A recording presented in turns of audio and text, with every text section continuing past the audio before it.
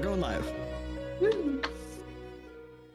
Hey everybody, we're live, but I'm also just going to be like live fixing some overlay issues as usual.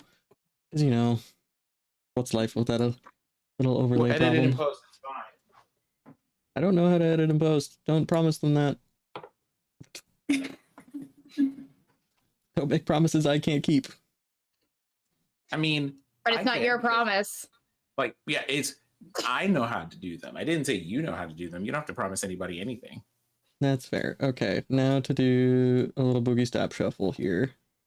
What episode is this? Episode 10. 10. Yes. We're in the double digits, baby. Yes. What episode is this? It's today's episode. It's the truth, though.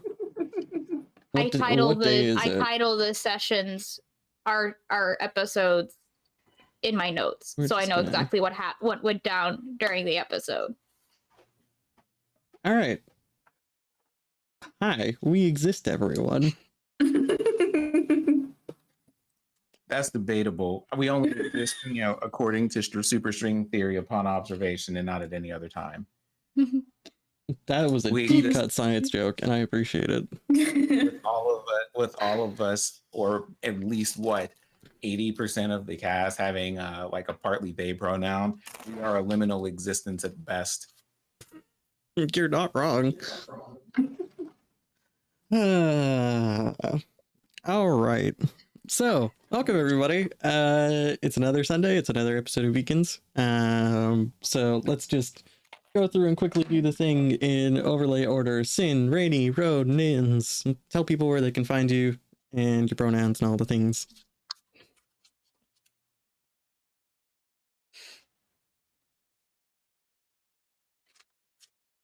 All right, I have to use words.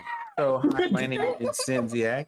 You can find me here on Twitch at Syrinscape. You can find me on Twitter at Syrinscape Beta, where you find me talking about stories, world building, the most recent Bo Burnham show, now that I finally watched it, and or Sailor Moon Eternal, now that I finally watched that, and like I did, and world building, and or hey, dear people of the world, I would like y'all to do better by each other and definitely by me because y'all are hecking annoying.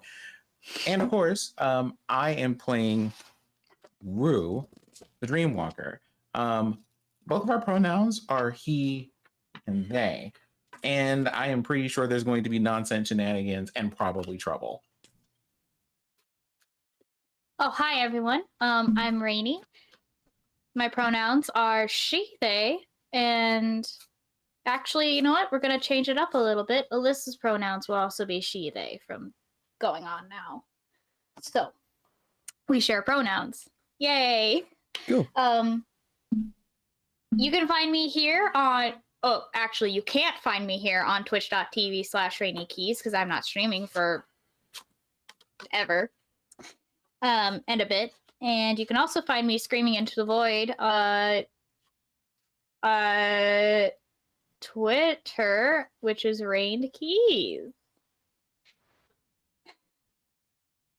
It's okay. It's been a long freaking week. Yes. I also play Alyssa Vesper. I play Alyssa Vesper today, but I also play Agnes Wolf in another RPG Hour show called Routes Unknown, which we are on a break for. We will be coming back with season 2 in July.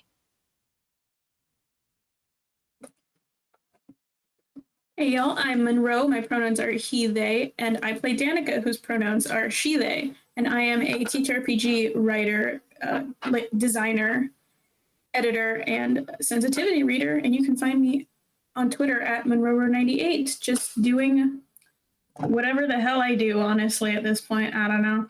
And honestly, along with his rates, commission him. Thank you. Hire him. Thank you. Seriously. Like, Candied Violets is a good-ass game, which was premiered on the... Utopia.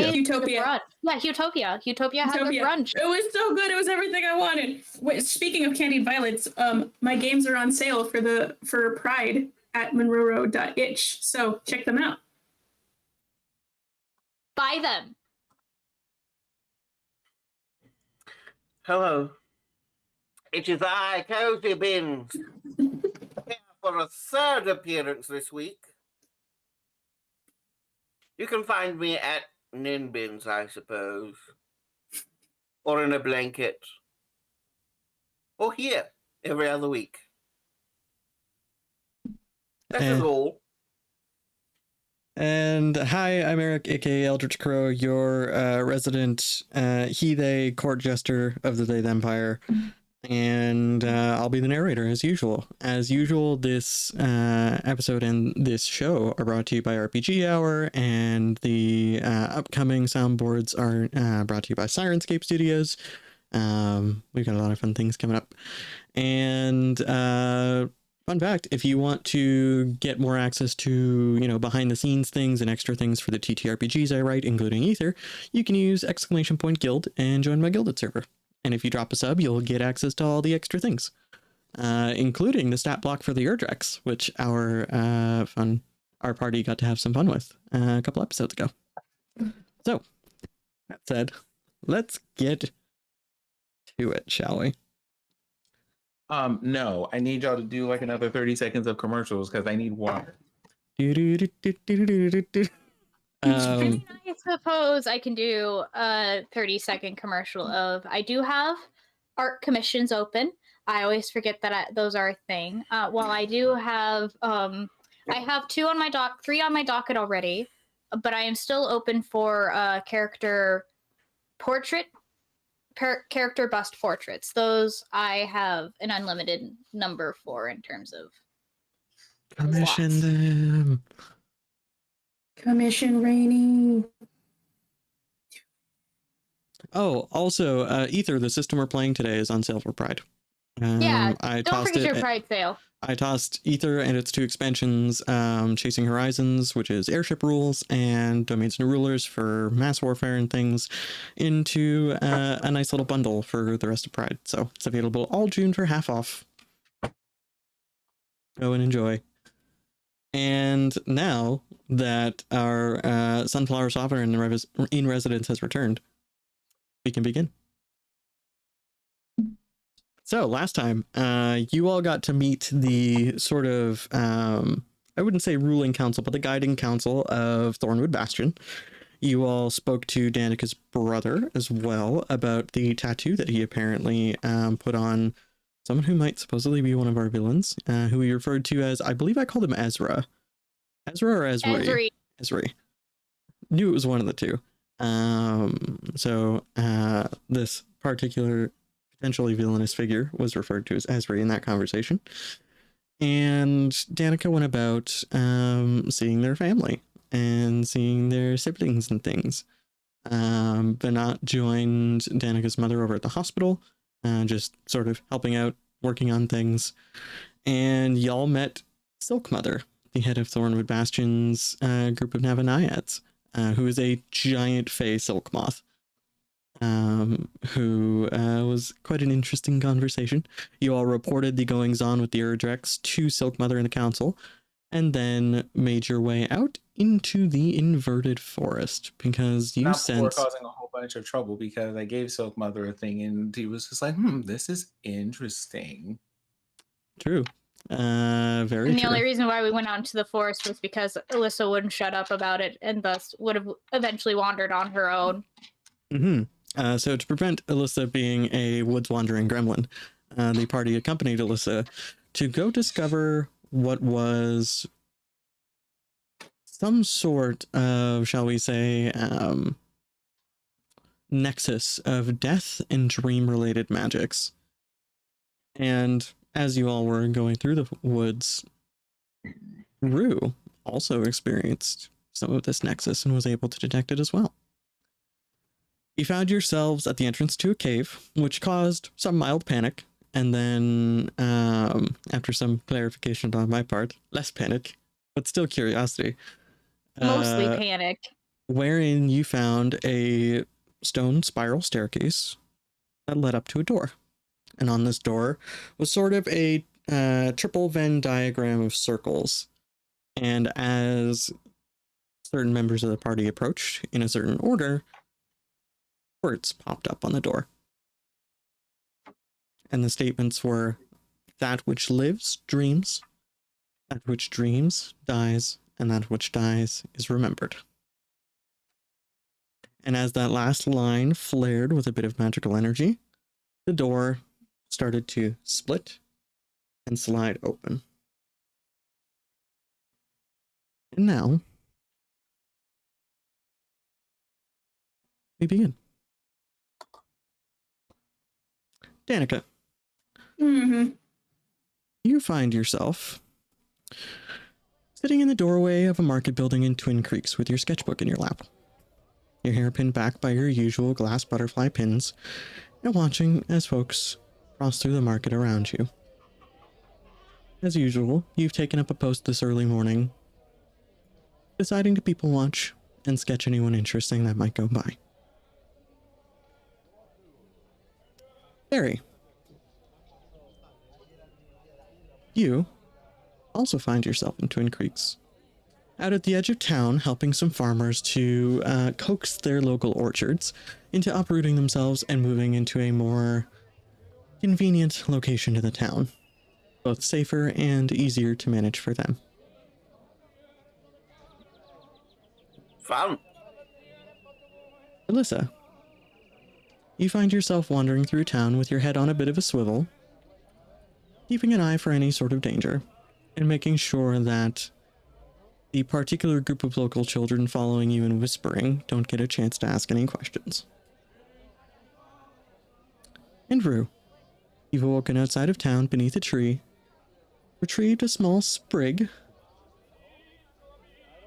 and, with that sprig held between your teeth, have taken to entering Twin Creeks while searching for smokestacks that might denote a food stall, as you start searching for a takoyaki stand.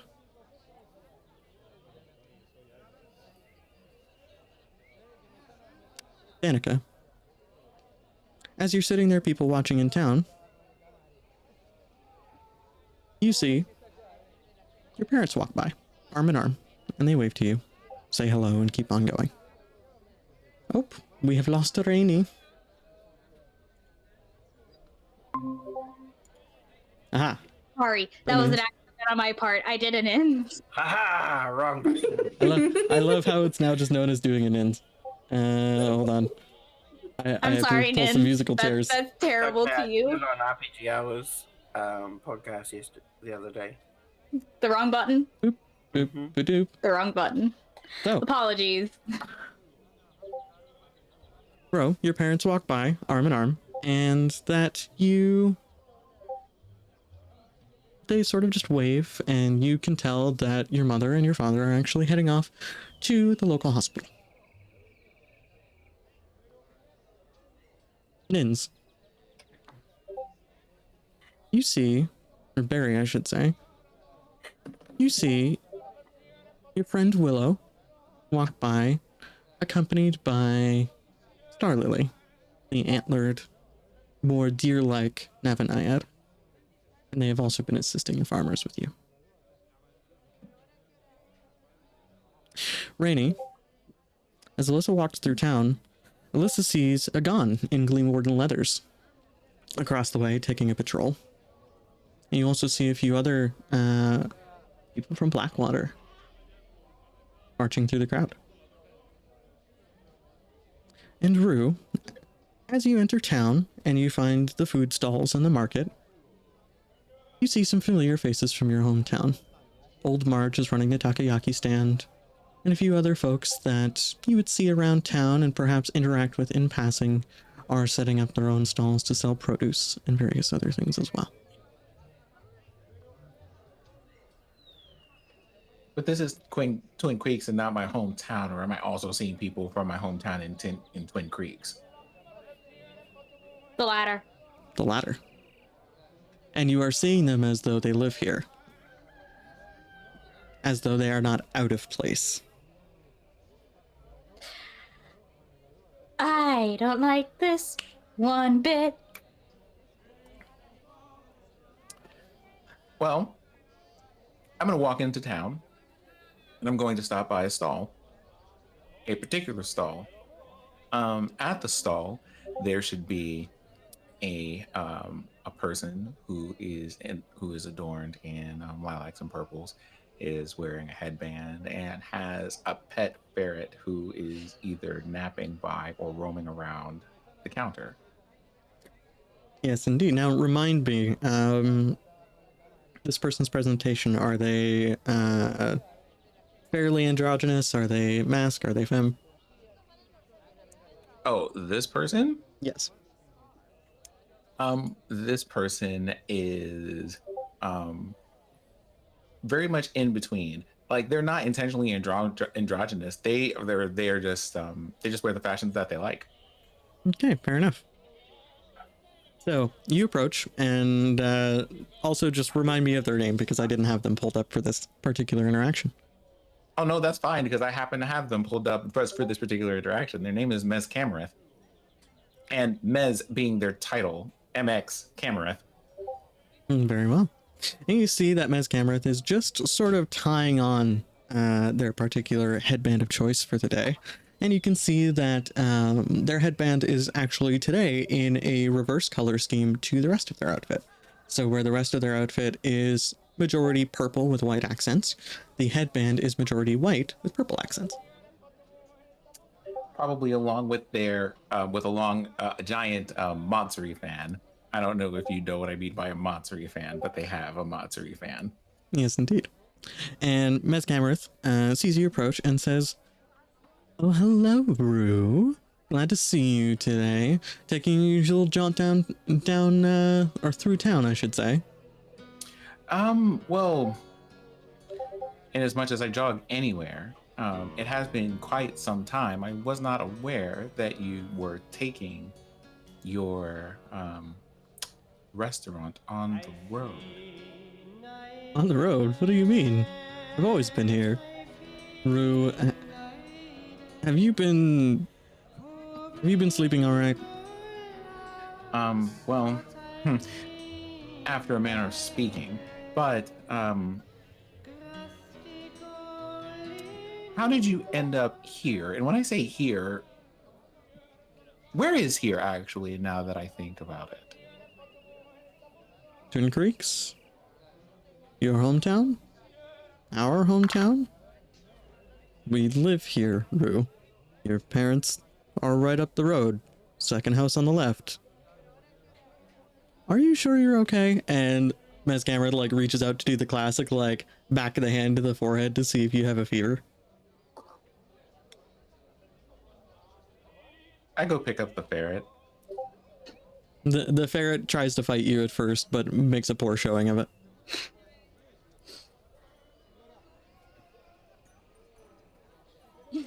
Ferret is noodle. Ferret is very noodle and tries to be Angie, and then once you start giving it scritches, it's like, okay, I actually like this.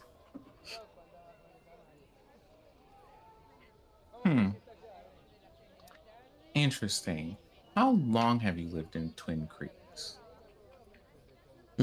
As long as I can remember.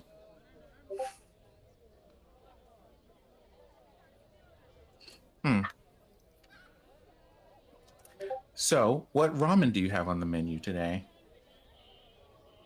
They will proceed to give you a list of ramens, which I am entirely unfamiliar with off the top of my head.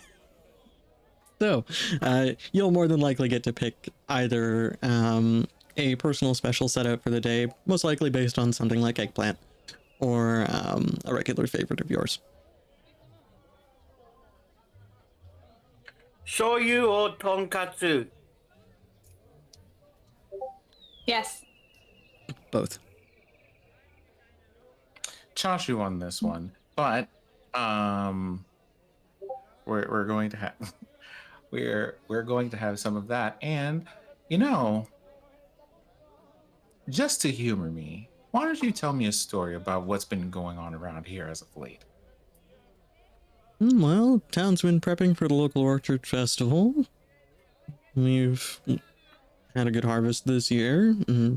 Weather's been fine with a bit of rain lately. Nothing really out of the ordinary. Mostly just a regular day at the office. As they clang some pots and pans together, moving things around. I just casually remark while I'm eating. You know, I have to wonder if you've been replaced by a doppelganger. You hate offices.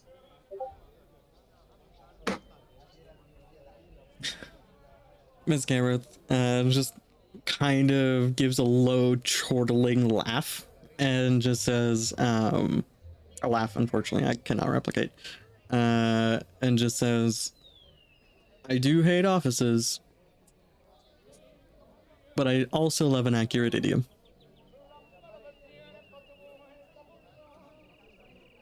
Nom, nom, nom, nom, nom. Who does this scene smash cut to? That is the question. This this scene smash cuts to, we'll say, Alyssa.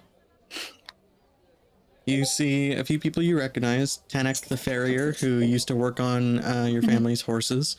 You see Basar, who's another Gleam Warden from Aegon's squad on patrol with Aegon. You catch a glimpse of your mother walking down the street and going what appears to be in the direction of Barry and the group that's on the edge of town. And in the back of your mind, you know your mother's been organizing the orchard move and directing things.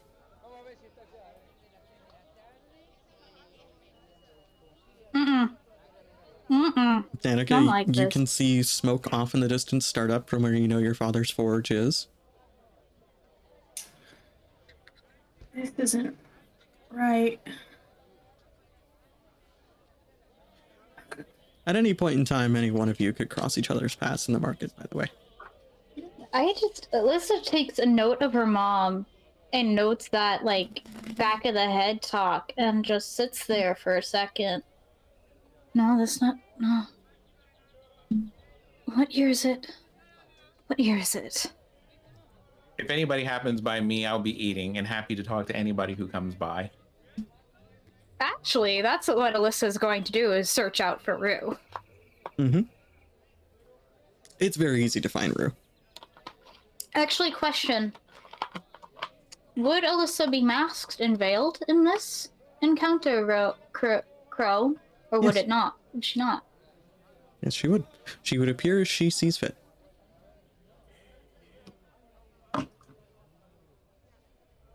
So, more than likely, she would appear masked and veiled as she was course. previously. Now, I'm going to search out for Rue. you find Rue in, seconds. The only way you could find him faster is if you teleported to him. Also, here is, on my shoulder is a very cozy, cuddly ferret who has decided to take a nap across my shoulders, just because. Mm-hmm.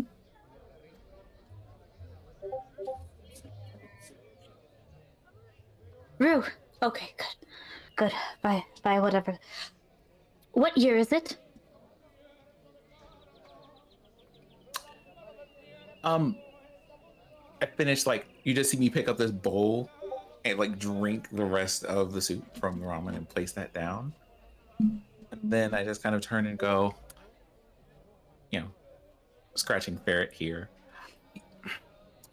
I believe that might not matter as much as you think it does. No, it matters. No, it doesn't. Allow me to explain something. Do you see this wonderful person behind the counter here? And this very adorable ferret? Mm-hmm. Do you know who they are? Mm-mm. They're from my home. This is who I would have gone to see had I been able to go on vacation. I don't think this is vacation. We are absolutely not on vacation. But Vacation. also, I have an idea about where we are, but I don't know why we're here, except for, we walked through a door. I want to remind you of something. Before we came in here, right, You know, I'm thinking about this. I think Barry would be so proud of me. Huh. Anyway, you know, before we came over here, we ran into a nexus of Death and dream magic. magic. So I My think mother. that might be what's happening here. Drew, the only reason why I ask what year it is because my mother should have been dead 5 years ago. That which dies is remembered. Remembered, but not planting and moving orchard trees. Well, why would she be moving orchard trees? Is that a thing she enjoys? That was not a thing she did back in Blackwater. Is that something that you've ever wished you were able to do? I don't know. I'm going to try something and I'm going to see if it works.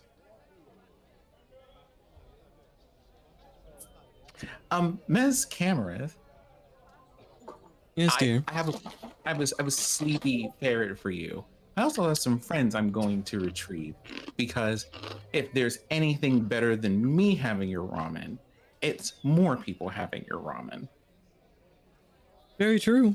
Bring him around for lunch. Or dinner. I'm sure you'll be here for a while. Always. Okay. Alyssa, give me your hand for a moment. Alyssa will take Rue's hand. How did you find me? I specifically thought about finding you Okay. and trying to look for your outfit. So here's what we're going to do. We're both going to think about where Barry is and see where we end up. You pop up next to Barry. However, Oh dear. you both have a distinct yet fuzzy memory of walking to find Barry. It's as though you walked to find Barry, but nothing in particular happens, so that sort of almost liminal memory is just half there. Out of character player note. It's like King Crimson from JoJo's. Yeah, it is exactly. So, hey Barry, how's it going?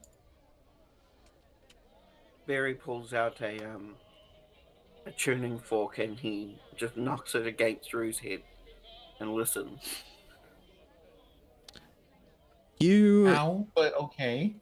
You hear the tuning fork give off an unusual sound. Because instead of vibrating with a particular note across multiple frequencies, it vibrates in a perfect chord in a 1, 3, and 5.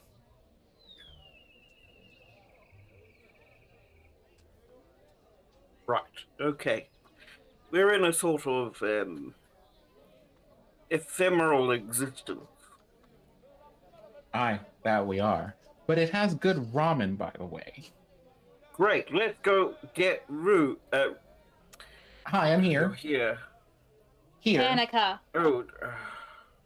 When you Instead th- of us trying to, One instead of moment, trying to find Danica, I'm going to say, I wish Danica were here. Danica, you have a vague memory of walking to go find Barry and the rest of the group.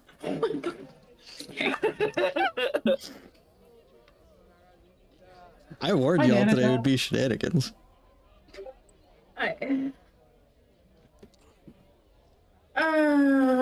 What is going on?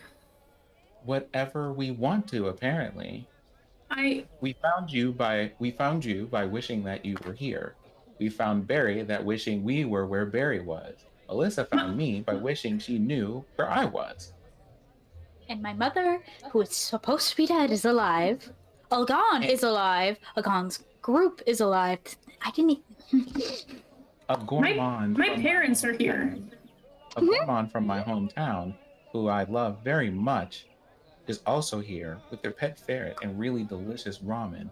All of that to say, whatever the intersections are, they are definitely death and dream.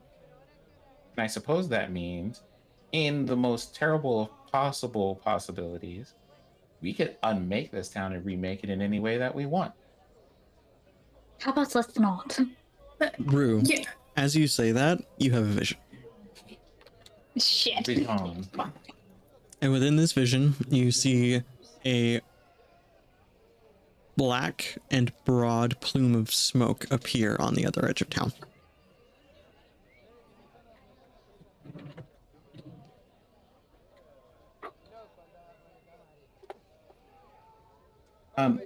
So not to be alarmed, but if my powers are working here in the way that they normally do, we're going to have a problem in roughly a minute and a half on the opposite end. I honestly wish that we didn't. It's the Twins Creeks fire all over again.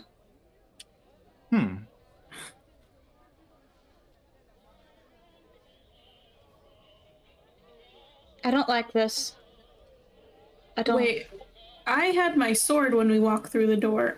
Can I summon my sword again and try to meditate, like being in the source, meditate with it? Your sword appears in your hand.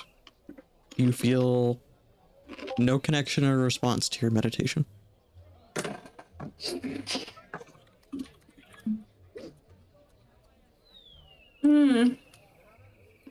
This is bad. We have a minute. We should probably get to the other end of town and at least see whatever this is going to be. And I guess I wish we were on the other side of town. I guess. I also wish I had told everyone to pack up their things and get ready to leave the town. You notice that while you all shift positions, and you are now finding yourselves Alyssa on the road as a warehouse fire begins, Rue on top of a building, Barry behind a corner from where you step out from behind a garden, and Danica also in the road next to Alyssa, Hold on. that your wish has If not we affected don't- others in town. If we have the ability to, I suppose the only things that we're able to affect by our will are things that haven't happened yet. Haven't happened yet. Okay. I'm going to do a thing. I'm going to test this out.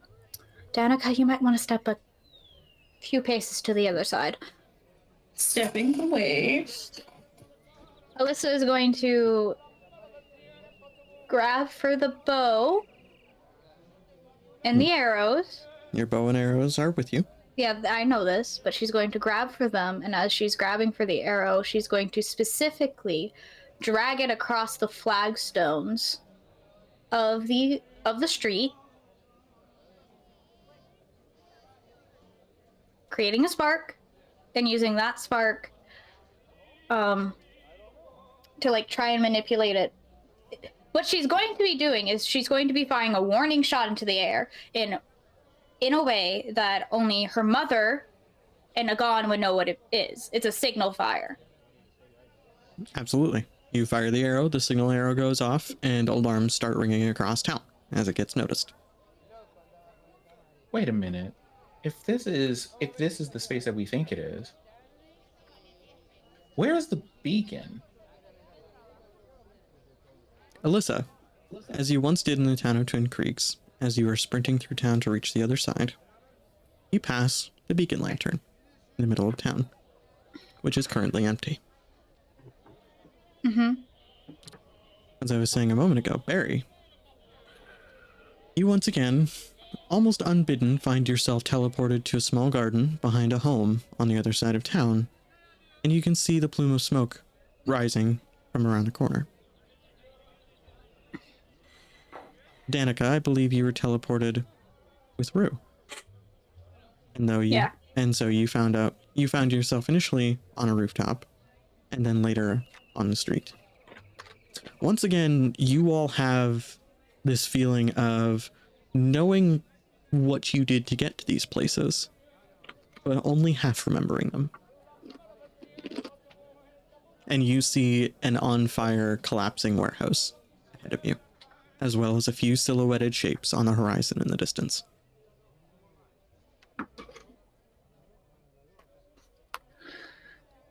All right. If I was a dreamer that was going to hide a beacon in a dreamscape of a town where the beacon was taken from, where would I put it that was not the actual beacon itself? Because that is too obvious. You would give it right back to the person who took it out.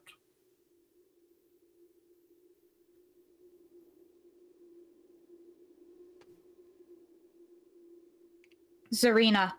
Not Zarina. Sorry, Zira.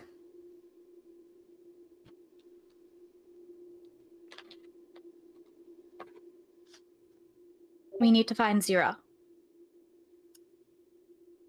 Well, technically speaking, it shouldn't be too hard.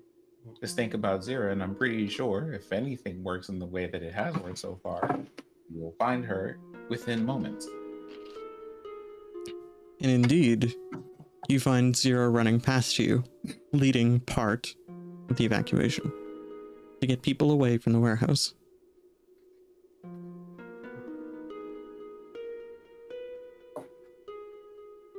Doc Fang!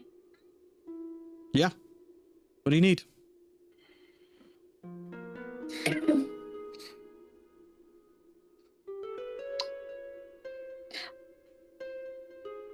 Leave your lieutenants to take care of the evacuations. I've got questions for you, ma'am.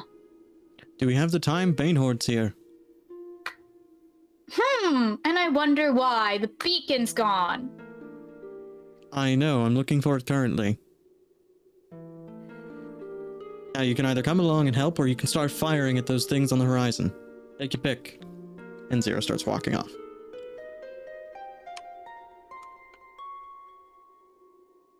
You see a black crystal encrusted half fire giant pull its way out of the collapsed warehouse. I wish there was a hole underneath it. I try to do a thing, and I see if I can use. Hold on. Okay, I want to see if I can use Claromancy for this. You absolutely may. What would you like to attempt with your Claromancy? I need to here. I need to get my list of things real quick here. Give me a second. Where is this? Okay, it's here. Oh, child, I have to do all. Oh, no. Okay, so I want to see if I can use my Claromancy to basically freeze this moment and then rewind time. Interesting.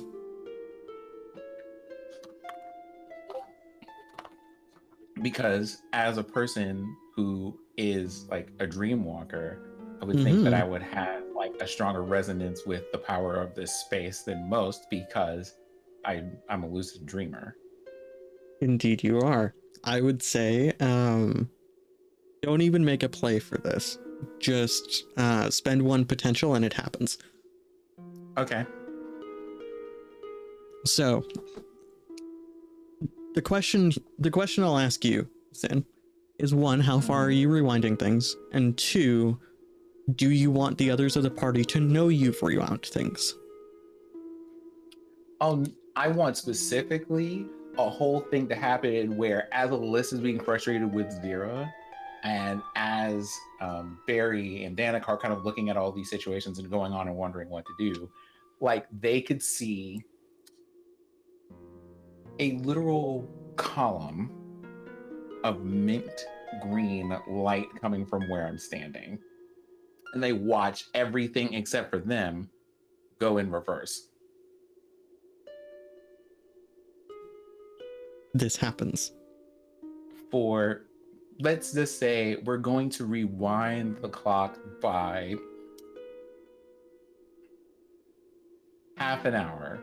Something long enough to give us time, but not like super dramatic. We're just going to have everything reversed for 30 minutes. So they're going to see, like Barry can see the whole warehouse, like smoke going down, fire's not happening, crystal person like going backward through whatever portal they came through or however they got there. We can see people running backward through town. Like Alyssa can see Zero talk, like having the whole conversation they just had, but in reverse, and then like going back with the people that they were leading and everything else. Okay. Has it been more than half an hour since you woke up? I honestly do not know. That is an up to you thing, because I don't know how long we've been here. Very well. I will trust you on this one. Do what everything is what is going to be more interesting. You all witnessed this reversal of the flow of time within this space. And Rue, you do not wish to go back to when you just woke up, but you find yourself there under that tree again.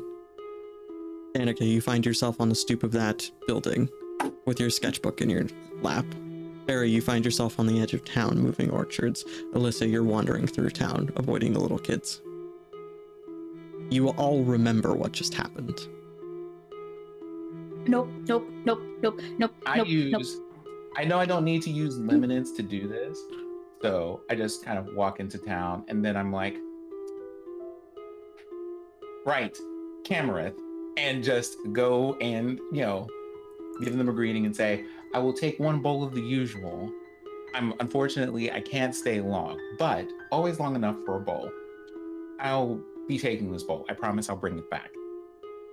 The next thing I trust you, darling. Thank you.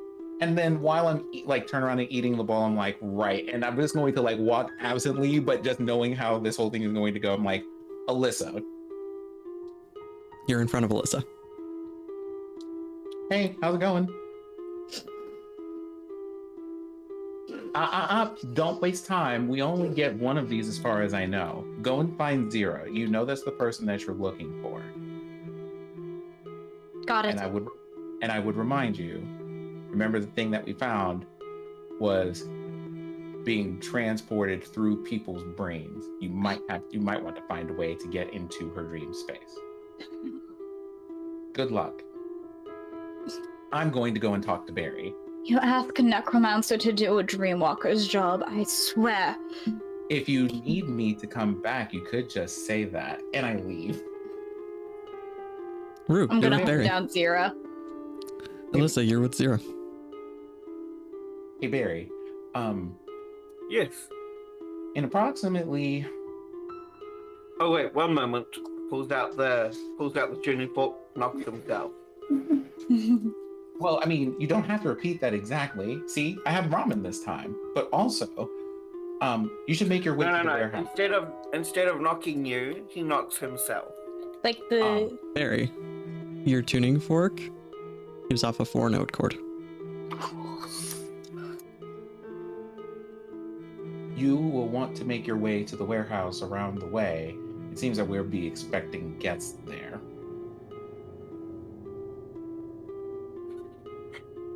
And considering to the warehouse. And considering your ability to shape earth and things, I think you can keep people sufficiently entertained. I believe so, yes. Okay, then I'm going to go and find Danica. Yep, and I've already been walking to the warehouse. Smash cut to Danica and Rue walking towards the warehouse. Hey Danica, Barry's on their way to the warehouse, and we have some people who are going to be in the far distance and very creepy looking, and honestly kind of gauche clothing that I believe is from the old world that Vinat and Alyssa and a whole bunch of other people, now that I think about it, keep mentioning. Do you have a means and a range to keep them entertained?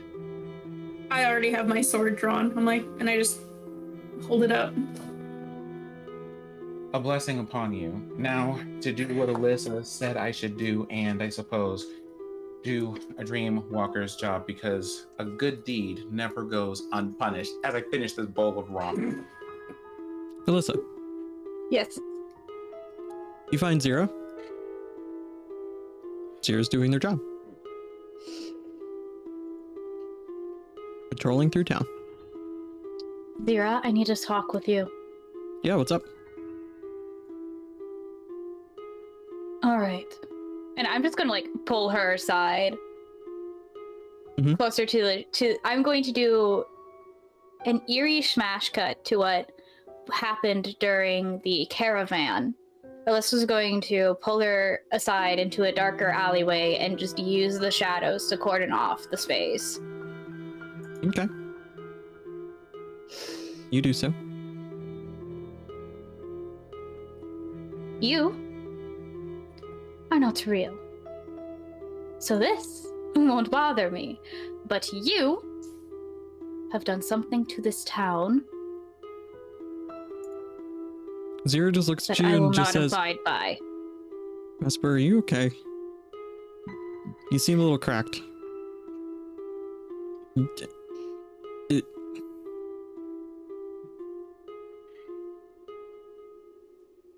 Hi, am I interrupting? Where did you come from?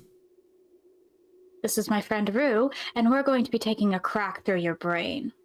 Now please, sit. My word, this is very, very dramatic and unnecessary. Barry, That being said, we're going to smash cut to Barry and Danica for a quick moment. okay, sure. Barry and Danica. You both meet up on the edge of town near the warehouse, where you should be seeing a half fire giant start to lay waste to a warehouse. Instead, off in the distance, you see space lends itself open, and through it steps a few figures. One of which is carrying the leash to a large beast, which even at this distance you can both see is a large Urdrex, but its plates and its armor are black crystal. Oh, I wish to be there. You are immediately within roughly about 30 paces, and you see that two of the figures are shadowy. One of them has a very vague greenish outfit, black eyes, and fiery red hair. One of them is hooded with no face, but a right arm and a helix tattoo that ends at the palm. Another one is the most well described of the three, with sharper features, a somewhat aquiline nose, an overcoat, whom you would recognize as the one described as Jasper. They are carrying the lead on which this Urdrex is being pulled. I point at the person with the helix tattoo and I say, Esri, I believe. Haven't met you two yet, but I know you're there. And as for you, a hole for you. I point at the Urdrex and create a very large hole, large enough to hold it. You sink the Urdrex in a very large hole, and then Rue, you wake up beneath a tree. Danica, you open your eyes after a blink, and you are on the stoop of a building. Barry, you are on the outside of the orchard. Danica, this time, your notebook is open, your sketchbook. And you see the words scrawled across multiple pages. That which lives dreams. Dreams. That which... Okay, I'm gonna. Just for reference, that was our door. Our first door, Widow. It was our door. I'm gonna find Rue. You are with Rue, as Rue is entering town. I'm entering town, you say? Mm-hmm. And Danica, And I just open the notebook and just like, why? I look down from, assuming that we're all the way back at the beginning, I look down from the tree and go, well, I didn't do anything this time, so I'm assuming that someone did a thing that kind of, let's say, tripped a timeline. I suppose there's a moment where, depending on what we do, we get sent back to the beginning of whatever this is.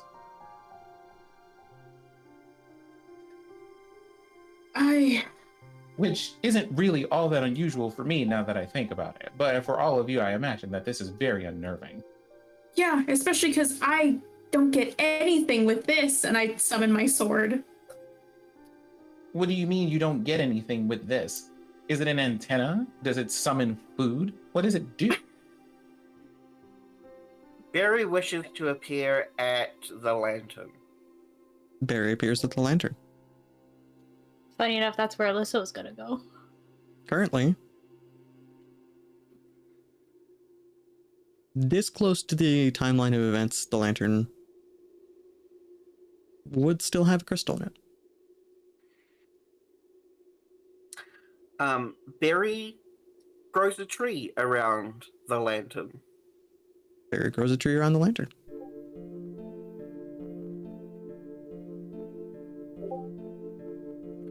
And now he waits. You know what? If I know our friends, I hop down, landing gracefully because, of course, drama. Just so, let's go and meet our friends at the beacon. I'm pretty sure that's the one thing they haven't tried yet. Indeed. Yeah.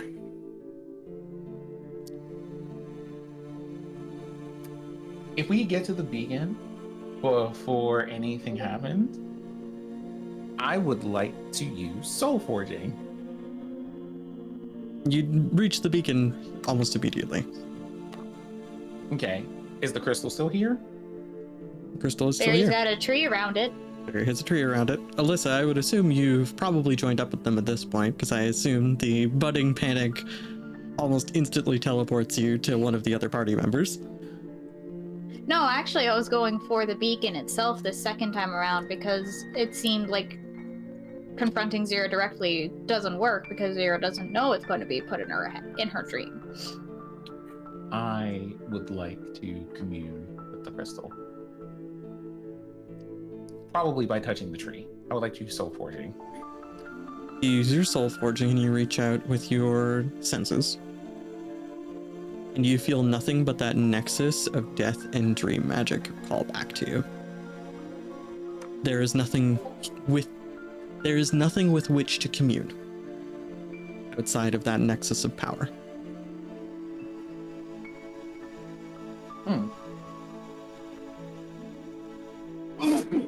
Bless you. Bless you. Allergic to dream magic, it happens. No, I think he's allergic to the death magic. That too. It's you! Every time Alyssa shows up, it's you. Wait a minute.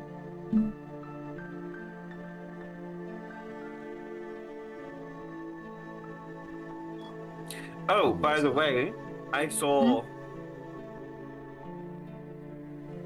I have a question, actually. This might not be what this is here for, but this would probably be a good time to consider some things. That which lives dreams, that which dreams dies, and that which dies is remembered.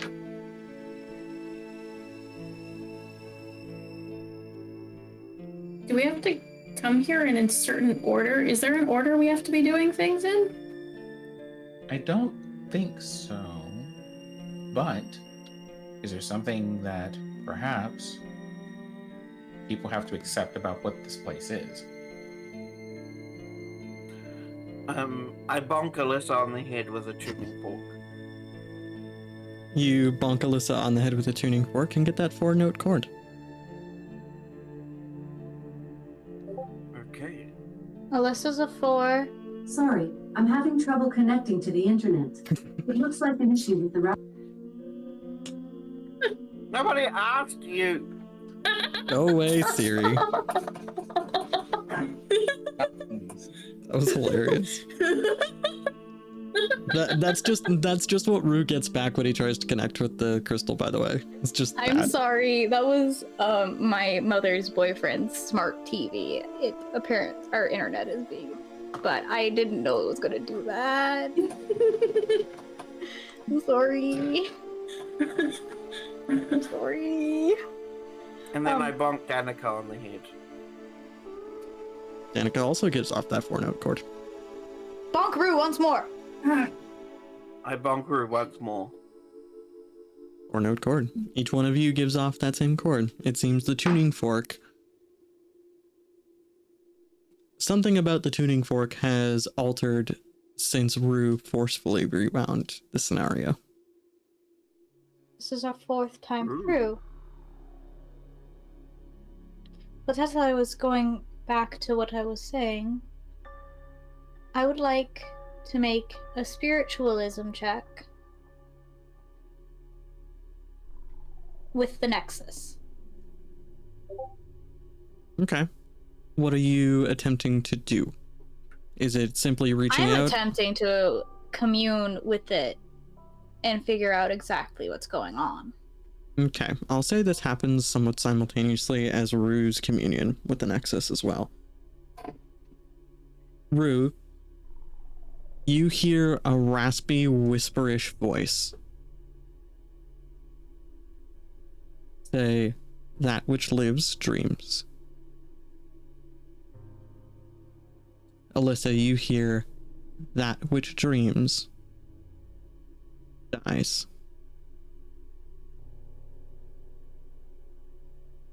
That's all you both hear. Since I can't meditate on my own with the sword, if I did the same thing with the sword, the Nexus, what would? Danica, you hear, "That which dies awakens."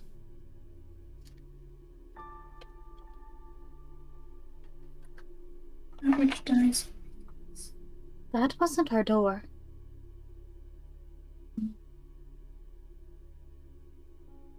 But, well, wait, Danica, what did you say? That which dies awakens. Like, It was yeah. It was remembered before. On the door. Perhaps I broke something unintentionally. This wouldn't be the first time. I think Nataris is... I'm giving Nataris, honestly, a good run for his money at this point. I think this isn't... I don't think... DM? Our storyteller, as it were. Given Alyssa's proclivity for her magic and how she grew up, would I be able to try and reach out with the spiritualism to commune with Threnody? An interesting choice. To what end? Why are you like what's I'm trying the to vibe you're see if putting this out? gets her. I'm trying to see if this gets her attention. Honestly, the vibes I'm trying to push out are it's the confusion of remembrance being switched for awakening. In opening yourself in this manner to your own abilities, you are almost overwhelmed by the presence of the Nexus. Mm-hmm. It is almost suffocating to you. And you hear that whispered voice. Oh, I'm getting an echo. I don't know from whom. There we go. It's gone now, I think. But that said, you hear that line, "That which dreams dies," repeated over and over and over, and it gets louder and louder and louder, but still at a whisper. It almost borders on a migraine for you. Until you close yourself off to it. And it dims back down. Well, the gods won't be a help here. Shit. Hey, Barry. Yes. What happens if you hit the crystal with your tuning fork? Bonk. A 3-note chord. I'm not smart enough for this puzzle. Wait a minute. 3 notes means maybe that this is a, well, you know, shenanigans aside, you know, this is a thing that did not change. We did, but this did not. The Nexus remains the same, no matter how many times we go through this. After a moment of conversing, the crystal simply fades and disappears from the lantern.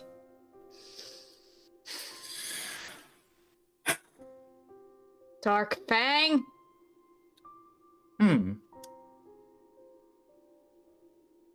The thing that, okay, hold on for a moment.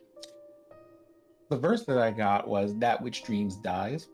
That which lives dreams. That Melissa which lives got dream. Which That dreams which dies. dreams dies. Okay. So I'm going to do a thing. I'm going to climb to the highest point of the tower. Mhm. And I am going to see if I can use a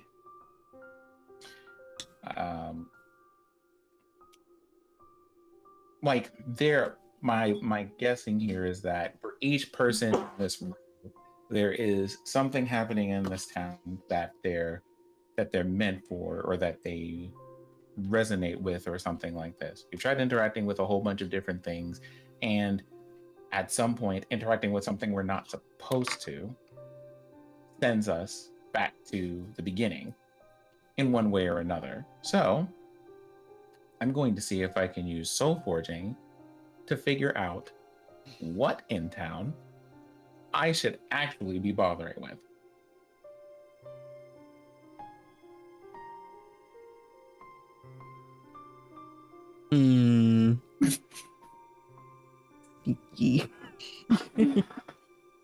Crow, you're giving us the phrase that we can't really turn around. What would you expect from Ruminate, Well, it's of all not even- people? It's, well, like, I don't think it's one of those things where you're just kind of like, I appreciate, like, darn, but also I appreciate you. Yes, because you have effectively done a thing that will give away the solution to this puzzle.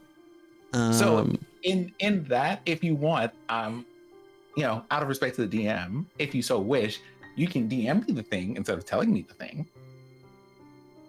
That is what I'm going to do, because I feel like this is Whispers. more important coming from you. Whispers. This will be over Discord. Okay. I just want to say Danica's very stressed at this point. I'm sorry, Danica. I just kind of look at everyone and go, are y'all okay? Alyssa's probably cradling her head from that migraine. Like, I see, like, Dana, I think Barry is probably fine, although Barry, if you're not Yeah, fine, Barry's feel free to let me know. nonplussed about anything. Just, he's like, so this is odd. Yeah, like Danica keeps summoning the sword and just staring at it. Like, just looking at this, I see that Barry is very scientific in the way that they approach things. So it's kind of like, testing things, poking things, touching things with a tuning fork. Okay. This works, this doesn't work. Oh, that's curious. This works, this doesn't work. Also curious. And cue smoke pile. Does it queue? We'll never know. Does the smoke pile queue? I'm sorry, I was completely checked out because I was messaging Sin. That's okay. Barry was just like, and cue smoke pile. Yes, it does. Queue, And not queue smoke up. pile. The smoke pile still queues. Okay. Okay, so I can't refer to that. Okay, and my part is that which lives dreams. Yes. Okay. So.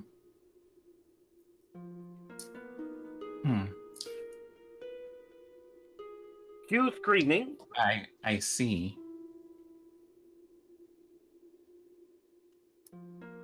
Well,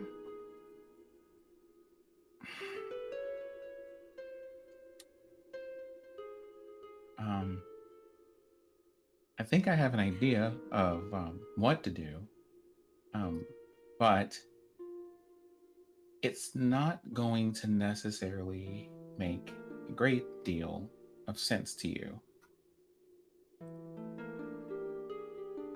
Do we have to die? No, we don't. And that's the good news. I wish us all to the warehouse. Specifically where a certain nonsense thing is happening.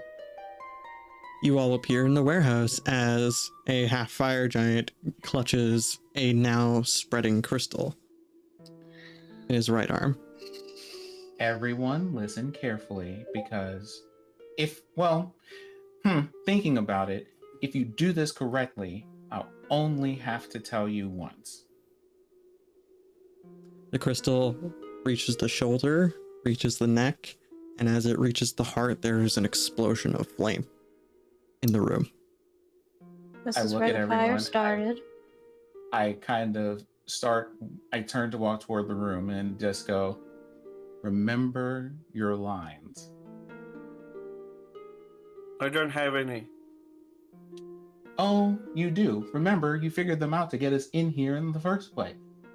And then okay. I walk into the arms of the fire giant. No one sees me draw a weapon. They don't see me pull out a fan or anything. You all watch this fire giant breathe a gout of flame down on Rue, and Rue disappears within it. Rue, you snap awake, standing in front of a now open door in a cave. My turn. Does Barry take their turn? Mm-hmm. They sprint for it. Barry sprints into the flame, and it is an intense heat. But it's odd for you, Barry. You know what being burned should feel like. You, in your mind, know that this is intense heat, but your sense of feeling it isn't there.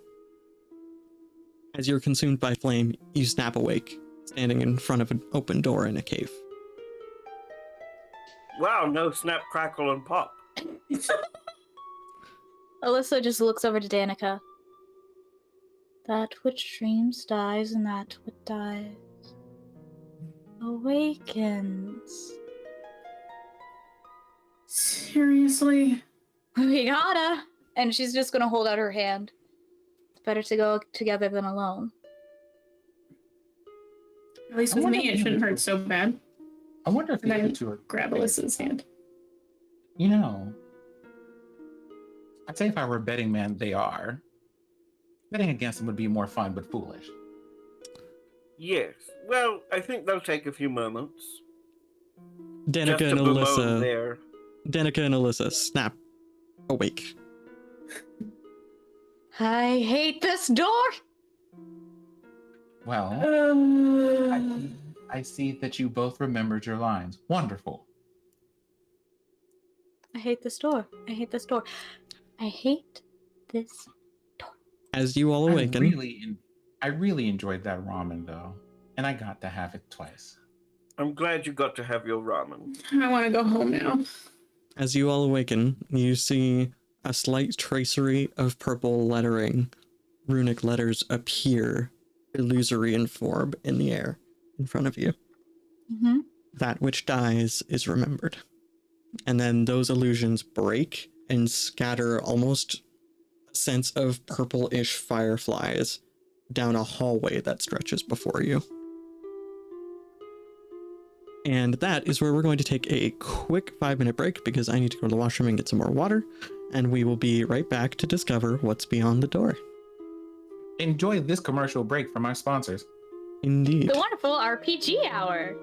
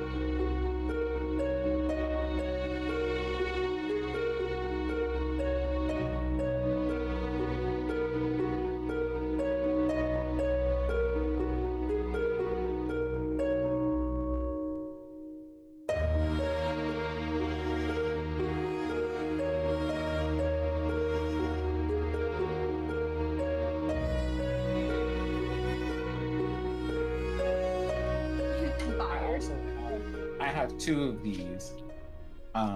The other one says Ace and Tired. Beautiful. We love it. We love it. And we welcome love back, the everybody. representation in this house. So we're back, and you all stand at the entrance to a slightly glowing purple worked stone hallway. Mother, did you happen to see any of that? I suppose Mom? something. I look at Danica and just go, yeah. I stretch out a hand and I summon a boken. It looks like a wooden. I don't know like how many of you have actually paid attention to this other than like Danica and maybe Alyssa for a split second, but it looks like the basic practice sword that they give you if you're a beginner in Kendo. And I just summoned one of those, and then I just kind of look at Danica, and I was like, "We were trying to do this before, right?"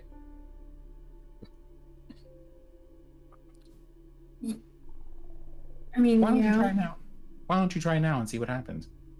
I think I still had my sword because I never, unless it dispersed when I went unconscious. No, you still have it. Yeah, and I just. The connection's there. Can you do your antenna thing you were trying to do? Do you have Wi-Fi? Actually, Crow, that is a question. That is a question for you. Does Danica have Wi-Fi? Can Danica contact Halcyon? Indeed. Yep. Yeah, The connection's there. it works. Nins. As Barry calls out to Silk Mother, Silk Mother responds with, "You've been silent for hours." I was dreaming. Ah. Time To does be work fair, you differently. weren't.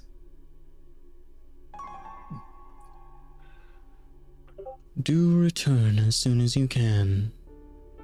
There is Of trouble. course, we're going. Oh dear.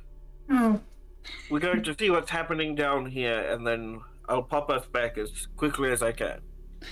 Meanwhile, Alyssa's just sitting here in the corner, just doing this whole like tired, Alyssa, breathy laugh, Alyssa. high-pitched laughter, just like, oh boy. I kind of pat Alyssa on the head and go, "You have to be the brave one. My job is to be comic relief."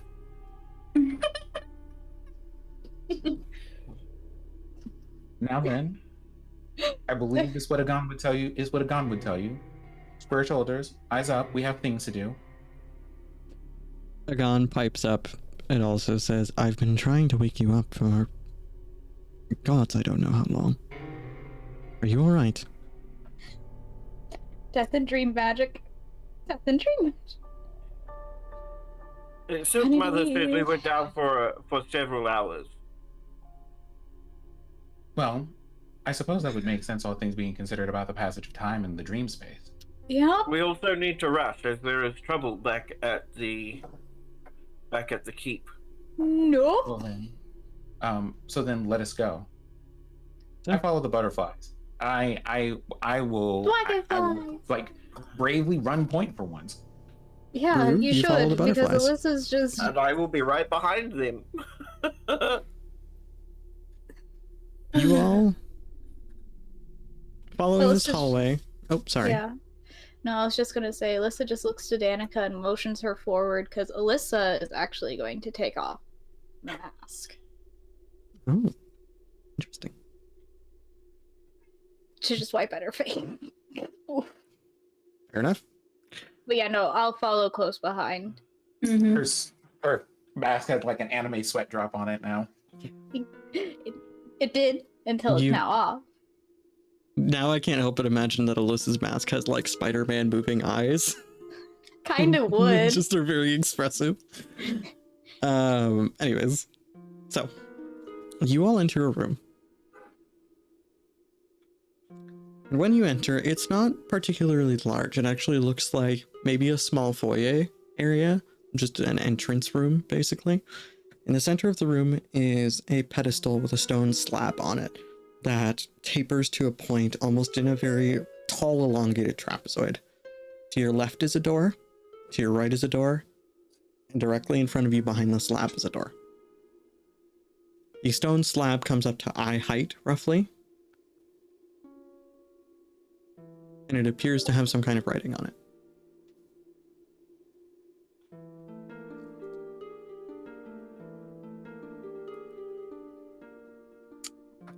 What writing is this? Is this Valdian? No. No. Okay.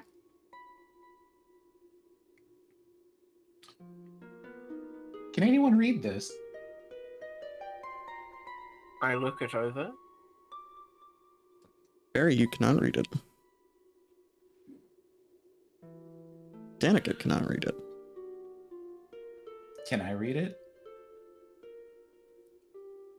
Rue, as you approach, you recognize the language as a much, much older derivation of the writing that would have been taught to you in your hometown.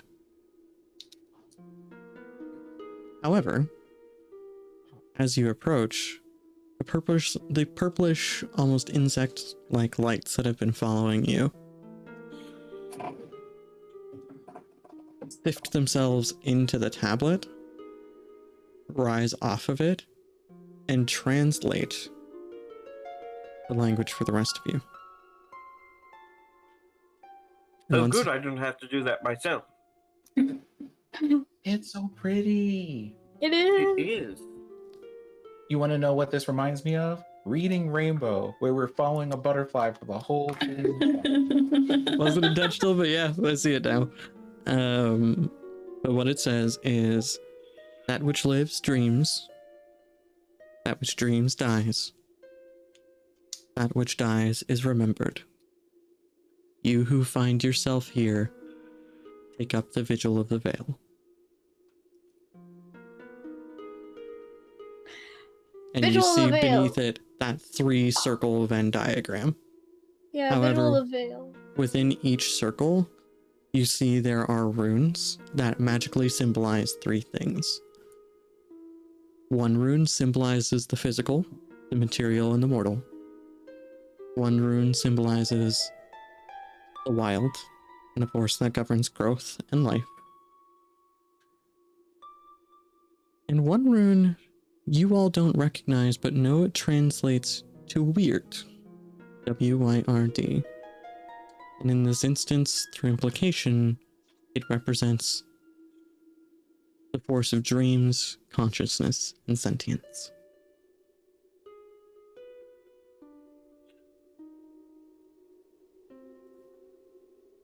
And each of these 3 circles overlap each other. Would the Vigil of the Veil, would Alyssa know anything about that? Nope. Is there something in the center where the this- circles intersect? There is not. The overlap is empty and formless. What happens if I touch it? You touch the overlap, there's a Damn, I was slight gonna pulse. touch it. There's a slight pulse of purplish light through the room, and the room basically lights up a bit more, and you see, or rather, you hear the stone doors unlatch themselves. I now touch the overlap too. As you touch the overlap, Barry, you see the symbol of the wild light up. Alyssa As just looks at Danica and cries. I just look at the other two and just go, well, don't dawdle, come over here. Alyssa has already slotted back the mask on, so she flipped the veil over, and now is like in the process of flipping it back over and slotting the mask back on her face, and just sighs. I don't I like kinda- this. I hold my hand out like Alyssa did for Danica before. Alyssa just takes a hold of Danica's hand and squeezes it tight. So, each of the runic symbols lights up as you all touch them. Nothing extra happens. The doors have unlatched due to Rue's presence. But they do react to you, each in their own ways. All right. So Rue is our fourth. So wait, what happens? What things do they light up when they touch them? So the symbol of the wild lights up when Barry touches it. The Mhm. symbol of dreams lights up when Danica touches it. And the symbol of the weird. And then the symbol of the physical and immortal lights up when Alyssa touches it.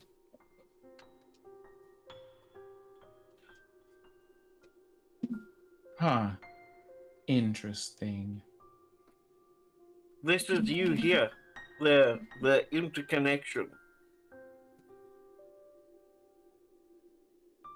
Well, I guess that means both everything and nothing, but mostly weird things. Anyway, I believe if these 3 doors have opened, that is for all of you. I'm not sure exactly where I should be, so maybe I should wait here.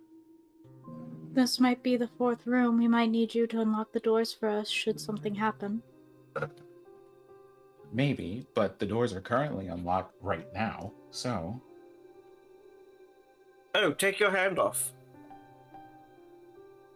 The doors do not okay. relock themselves. Ta-da!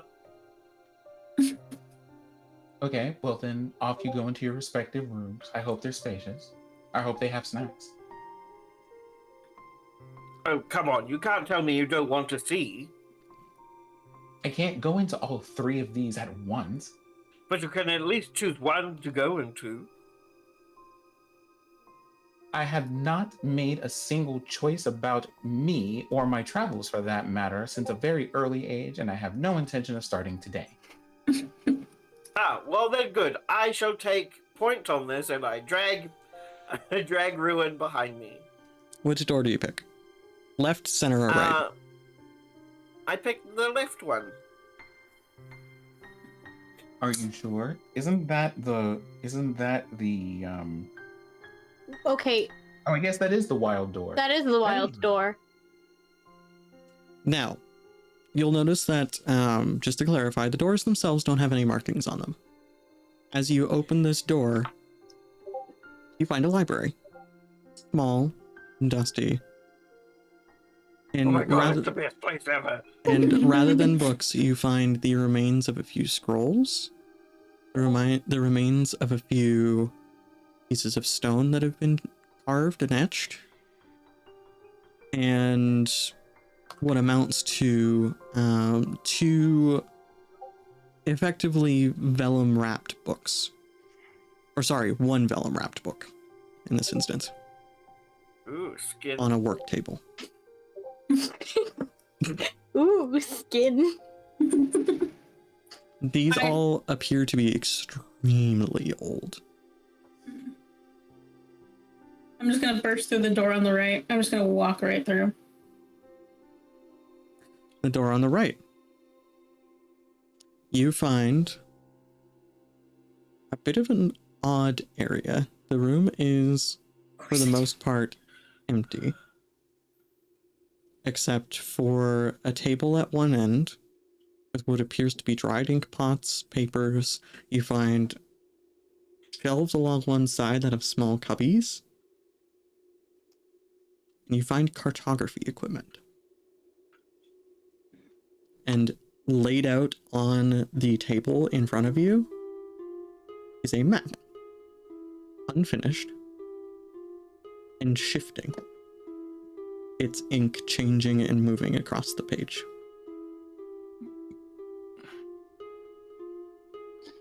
Wasting no time, Alyssa's going to enter into the center. Alyssa? Enter into the center.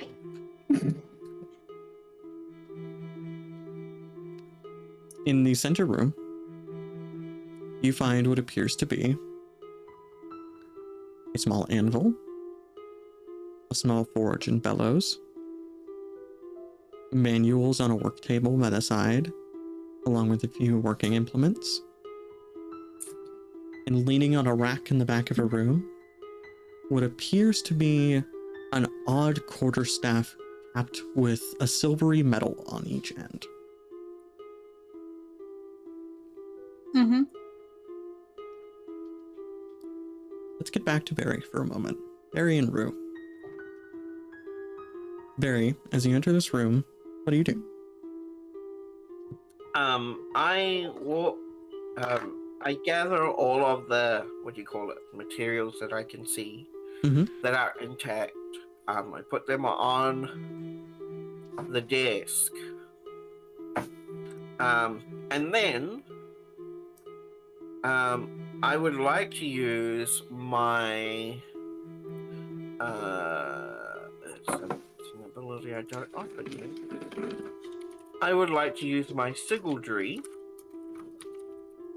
to sort of create a holographic projection of what's in the materials, the reading materials, so that I don't have to, break them trying to read them. The reading materials are somewhat incomplete. You get snippets of histories here. You get snippets of things that seem very strange to you. Any dates that are mentioned are not mentioned with regards to a calendar you are familiar with or understand. This material is old enough that they were functioning on a different calendar. Which means for you, this is pre-Valdian Empire. The book on the table that is wrapped in vellum, its projection gives you a title, which reads Treatise on the Three Domains of the Soul. Ooh. What? Ooh, what? Well, you should be able to see for yourself. Yes, Rue, you can read the projection.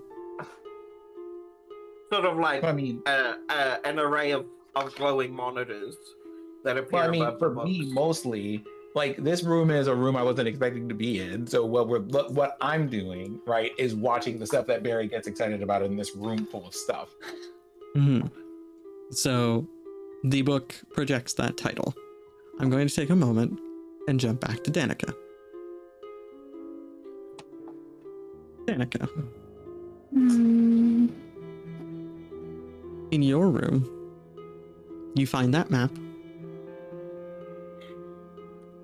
which gives you a sense of dream magic to it. But you also find another manual next to it that reads on lucid dreamers and eminent domains.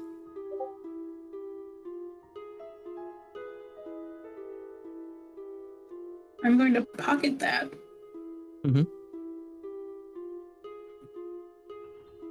And I've still had my sword out this entire time, just like in the back of my mind, kind of keeping the energy flowing, just to see. Okay. Also to confuse Halcyon, just see what the hell's going on. Halcyon in response to you, it is just like, everything's fine? What? Something wrong? Like, that's the general vibe you get, is very confused and mildly worried.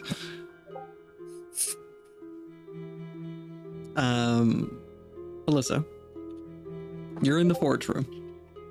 Yeah. Is there anything you would like to do?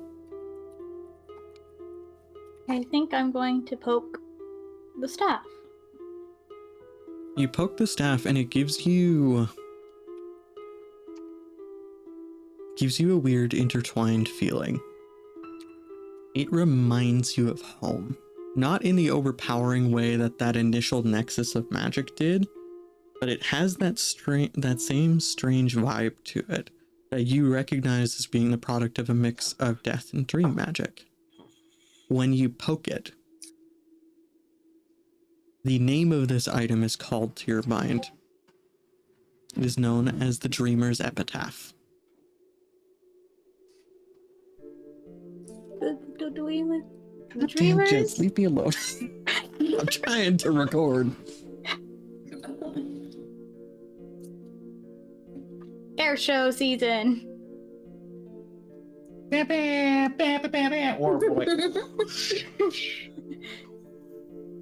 Raspberry fighter jet. Thank you, Canada They military. literally are not stopping.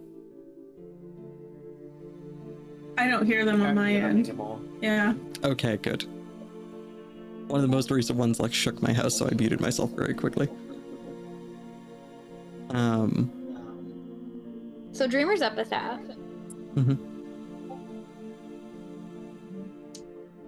Alyssa's going to pick it up.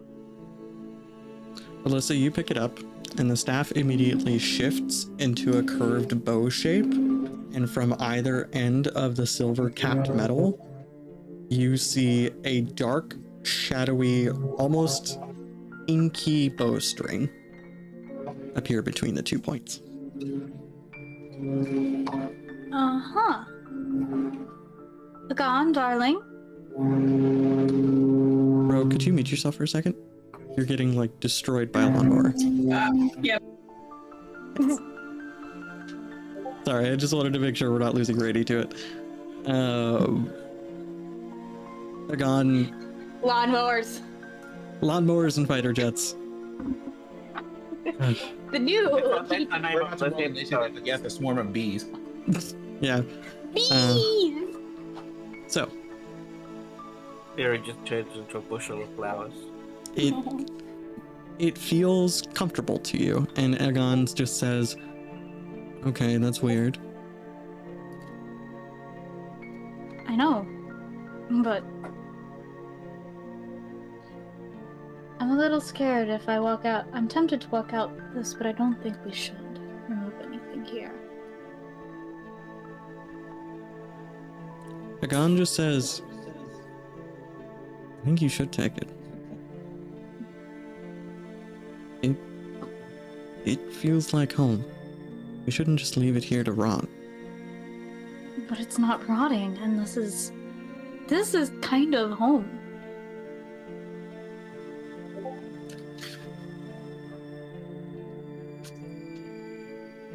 I don't think anyone else would find this place except us.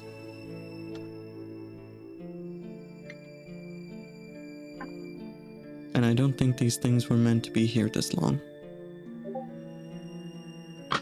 Because if they were, that door wouldn't...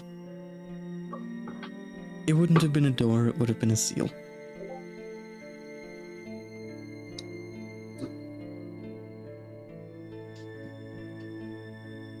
Also, as you're considering this, the staff bow, whatever you'd like to refer to it as, feels not necessarily alive, but it welcomes you. And also, on a side table, you see a small manual wrapped in vellum, sitting next to a bit of an odd-looking hammer. Mm-hmm.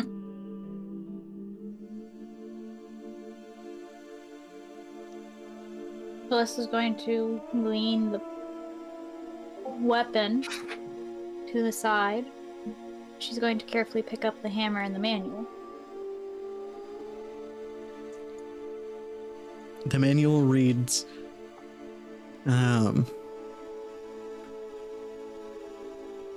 gosh, I completely forgot the title off the top of my head. The manual reads, Surprise, it was bees. surprise, it was bees. No, it would be something along the lines of on dream forging weapons for the Fey Courts. Oh, I'm taking it. I'm taking everything in here. The hammer But I itself can. looks like a normal smithing hammer, except the head is made of an almost ivory white metal that appears to shimmer, shift, and turn ghostly and ephemeral. Yeah, no, Alyssa is taking at least the manual and the hammer as well. Okay. She can't take the anvil, unfortunately, in this forge room, but if it needs to be returned, I at will- least she knows where to come back to return it. I will say, the anvil and the forge appear to both be normal, Mhm. even non-magical to a degree. Yeah, but what I'm trying to say is, even though if they were magical and they just don't seem transportable by Alyssa herself. So, and if the manual and the hammer has to come back, at least she knows where they are. Or where to put them on. So, getting back to Barry and Rue. Barry, you've been going through this stuff. We are getting... It is 6 o'clock.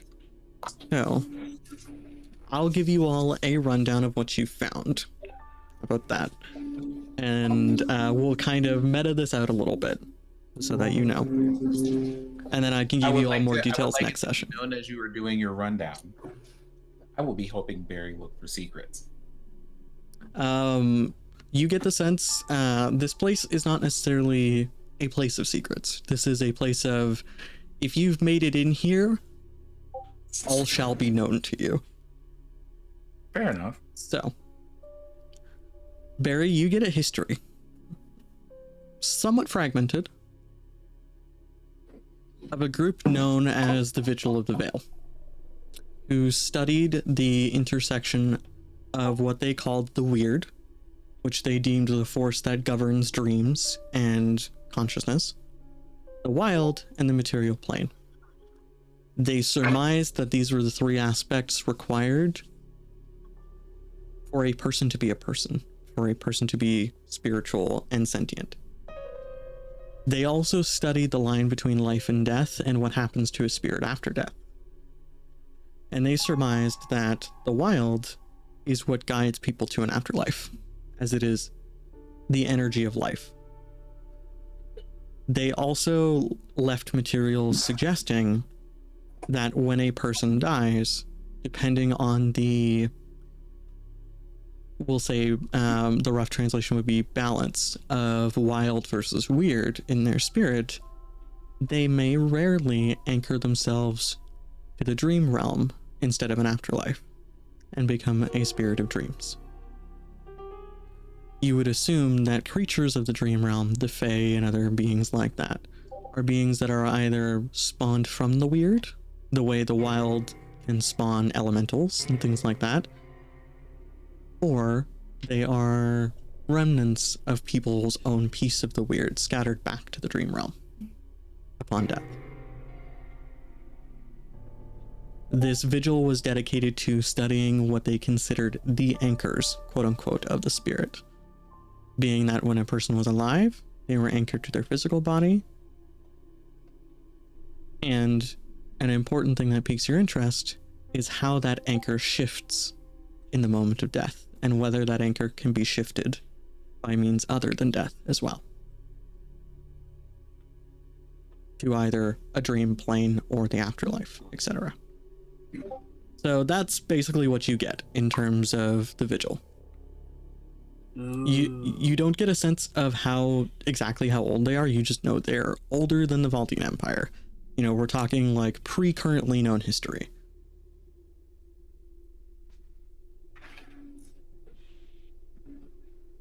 Danica and Alyssa, do you reconvene with the others at all?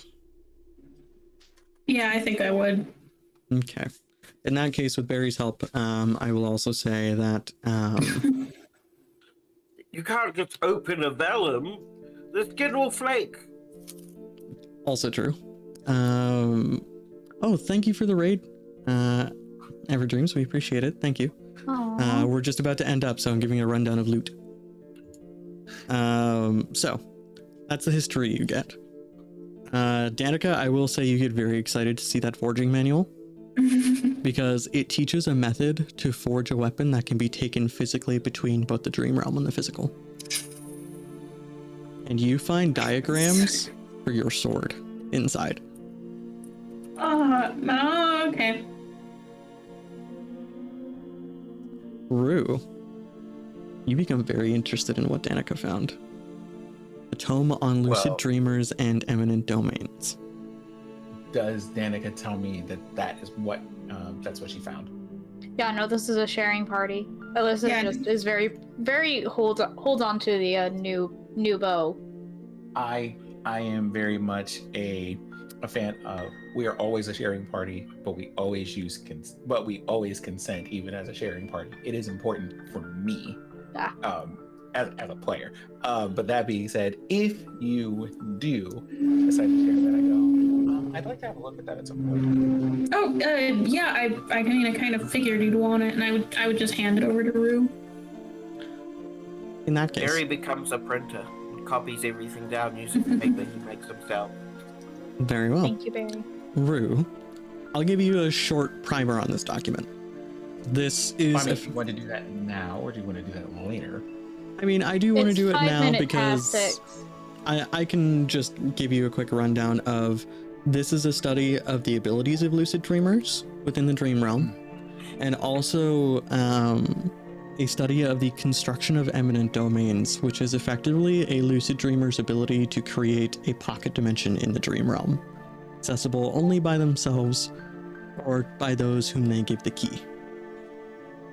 Okay. Reading this, you get the sense that this is what you all got trapped in when the door opened.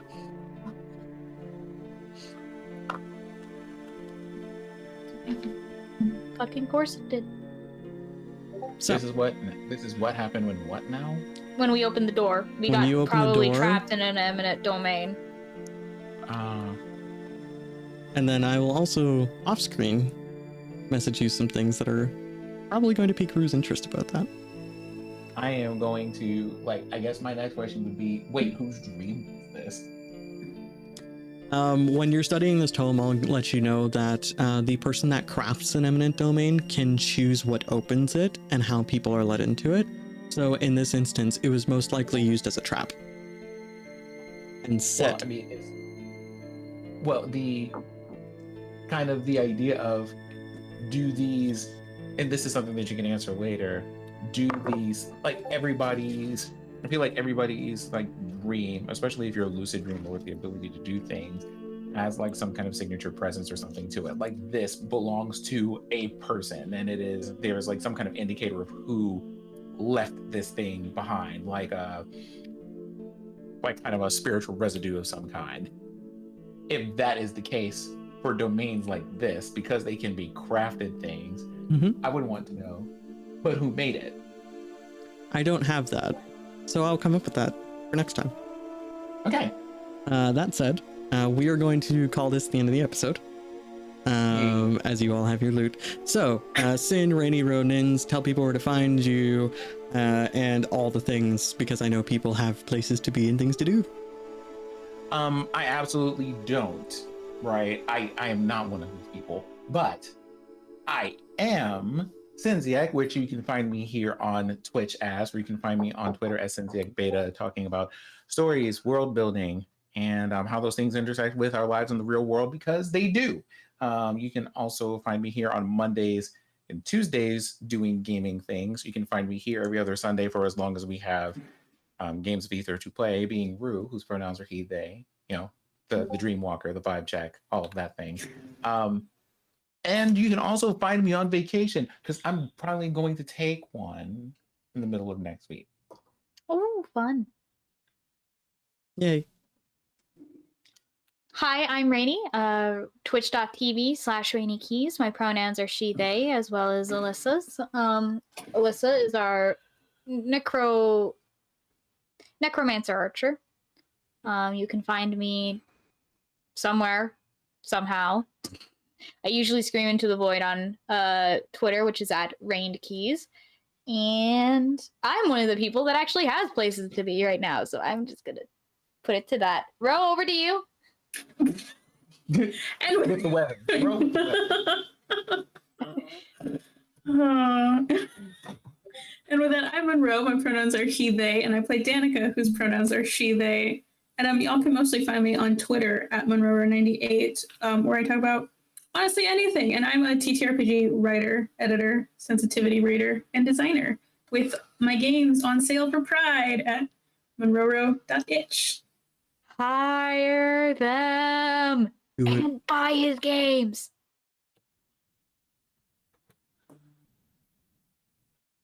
Hi, I'm Crazy Bins. You can find me at Ninbins on Twitter, or you can find me here every other week, or you may see me in other spaces. Who knows? Bye-bye. And I am Eric, Immediately aka... call Jax up all the cameras. It's the end of the show, it's fine. And I am Eric, aka Eldritch Crow, resident court jester of the Heath Empire. And thank you for joining us today, everyone. We'll be back in 2 weeks' time, and we're going to see what trouble the party can get up to. So, thanks for joining us. Enjoy the rest of your weeks. Stay safe, hydrate, do all the things, and we will see you back next time. Bye. Bye, everyone. Bye-bye.